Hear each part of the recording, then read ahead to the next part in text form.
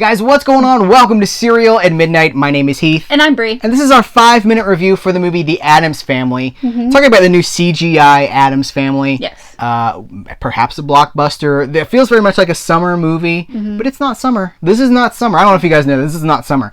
It's an October movie. And it's kind of cool because they don't always have spooky, creepy movies in theaters. Now, we do not necessarily think this is spooky, creepy. No, but this for is kids it would be. This is for the children's, and it really does feel like it really does feel like a fun kids ooh. Yes. Because that's kind of one of my things that I wanted to talk about. There are times I liked it. I'll say that I liked it. I don't love it. Right. We've talked before in our.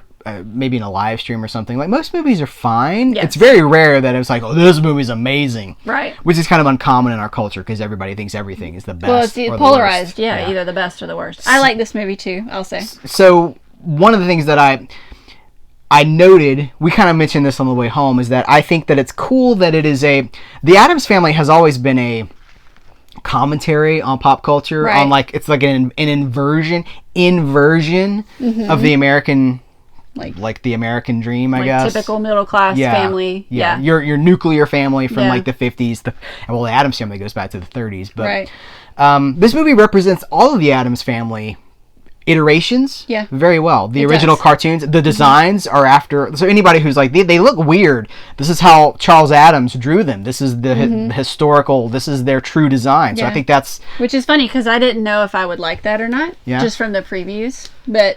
Being in the theater and seeing it, I liked it a lot, actually. Oh, I did not know that you weren't sold on that. That's interesting. No, I kept it to myself. Yeah, you did. It also kind of manages to pay homage to the classic 60s series. It does. Because there's the theme song with the snaps and all that stuff in there. And it also kind of does some stuff that we see in the movies. The 90s movies that people really like. Yeah. But it's all like Addams Family has always been this commentary, this dark mirror version of society. In this movie, counterculture. What's the other thing I've said? Anti-establishment. And so here's this movie that kind of is counterculture and it is anti-establishment. Right. But the movie itself is a product of the establishment and the culture. Yeah. Like, it's a big budget, a bazillion dollar animated movie. That's a lot of zeros. They just get more and more expensive every year. So I was just noting that it's kind of cool that they managed to get away with about as much as you can in a movie like this. And for kids. So, I kind of wish that it had gone further with some of the dark stuff, but I don't know. Was it PG? I don't even know. It's PG. So. And it was appropriate for kids. It was appropriate for kids. It's like kids will be like, "Ooh, I'm getting away with something." Yeah, for sure. Yeah. It's a good exposure to the counterculture, anti-establishment feeling for kids. Yes, that's a good sentiment. There are things that I like. Not a good sentiment. A good sentiment. I like cinnamon. I like cinnamon too. I don't like it as much as you do, though. You're like the cinnamon queen. There were some things that I liked about it. There were some things I didn't like about it. I liked the tone, like we were talking about. Some of the casting felt a little wrong to me, without picking on people. So Charlize Theron is Morticia. Yes. I think she did a good job. Yes, she did. I got my weird fingers going, my weird double jointed. She did a good job. Gomez was Oscar Isaac. Yes. Right. It's not Isaacs. It's Isaac. It's Isaac. Yeah. Poe Dameron. Right. Poe. He's the best pilot in the galaxy, and he's also Gomez Addams. I thought he did a good job, too. He did. He was very, what you want from Gomez. He did it. Yep.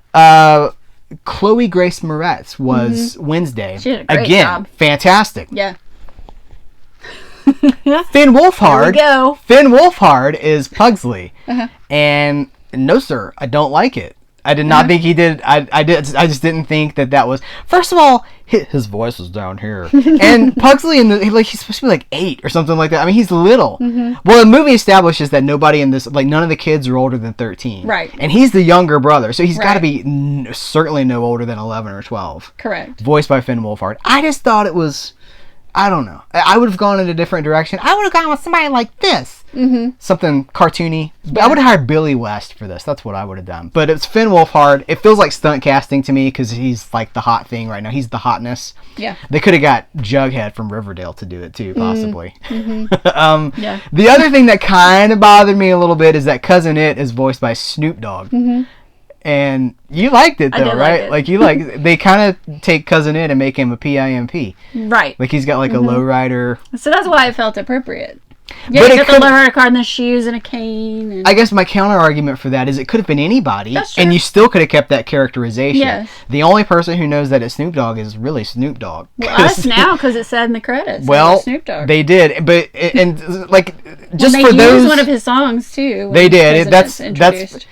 Side note: we saw a trailer for an animated movie with Jeremy Renner in it, and he like this is like featuring the new song "So and So" by Jeremy Renner, and we're like, I think maybe that was part of his deal to get that role. Like, you have to use my song. Maybe same with Snoop Dogg. He's like, I'll do your movie, but you gotta use my song. It's not even a new song though. Oh, it's not? Okay. I don't know. What song did that? Drop It Like It's Hot. Oh, I thought we were talking about the end credits song. No. He's in the end credits song. He is. Too. Oh, I'm sorry. You're right. No, the one that they used with Cousin It. I was like, that's not a new song. What is this? Drop it like it's very warm? Is that Drop It Like It's Scalding? I mean, it could have been anybody, because you can't. For those who don't know, Cousin It, like there's no English. It's just noises. It could have been anybody, but so I don't know. It felt like it felt a little bit like stunt casting. But I don't know. It succeeds at what it's trying to do, right? Yes, like it's a fun time.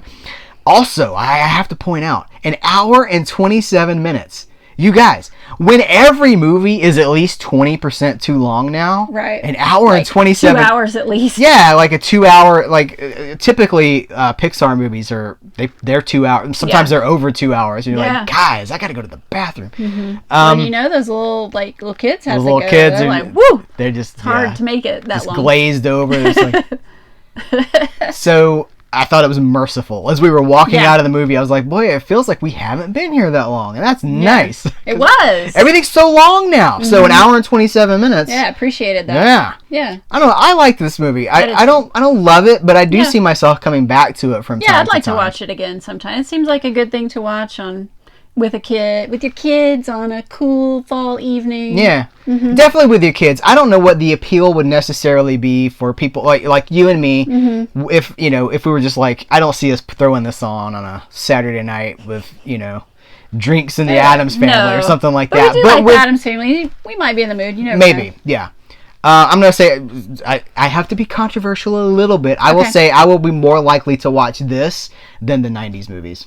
Oh, I would too. Yeah. I think I like the 90s movies, but I don't really love them, and I don't know how often I'd want to revisit them. I liked the tone that this one had. Yeah. Cool message, too. Basically, as with the Addams Family, just like different is cool. And it's cool that we're in a place in our society where difference is like...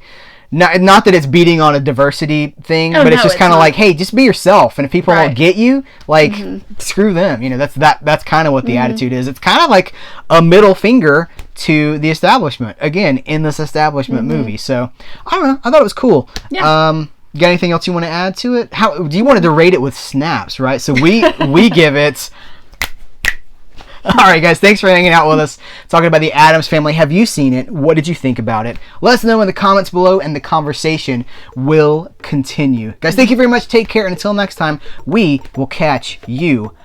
What am I doing with my hands? Later?